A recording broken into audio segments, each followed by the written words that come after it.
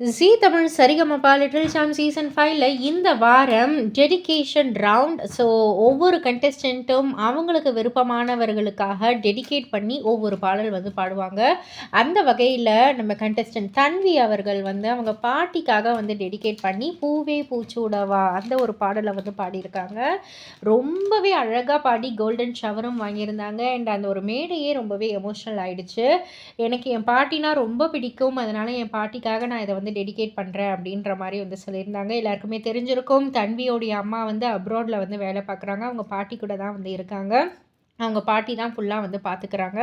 So பாட்டிக்காக ஒரு song dedicate பண்ணி பாடினது ரொம்பவே சிறப்பாகவே இருந்தது. அந்த பாட்டியுமே ரொம்பவே எமோஷ்னல் ஆகி அழுது 7 ஜென்மம் எடுத்தாலும் தன்விக்கு நான் மகளாக பிறக்கணும் அப்படின்ற மாதிரி அந்த பாட்டி சொன்னோடனே ரொம்பவே எமோஷ்னல் ஆகிடுச்சு அந்த ஒரு மேடையே. அண்ட் எல்லோருமே எழுந்திரிச்சு நின்று கைத்தட்டினாங்க.